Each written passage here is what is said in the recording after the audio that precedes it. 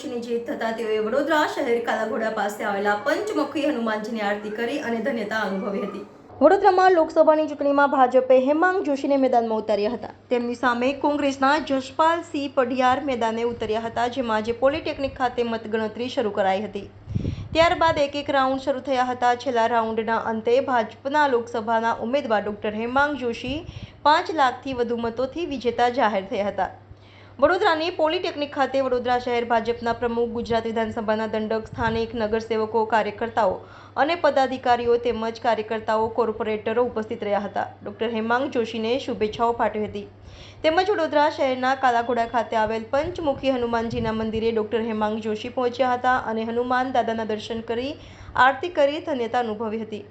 Doctor Hemang જોશીની સાથે મોટી સંખ્યામાં પદાધિકારીઓને સાથે નેતાઓ અને કાર્યકર્તાઓ જોડાયા હતા અને ત્યારબાદ પત્રકારોને સંબોધ્યા હતા।